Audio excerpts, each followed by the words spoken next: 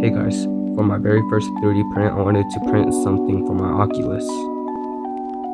So lately, I've been putting my Oculus on the desk or on the table, just letting it sit there, and I wanted to do something about it.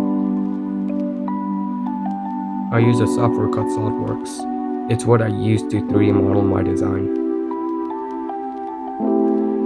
I like the way it looks, so let's put it into the 3D printer.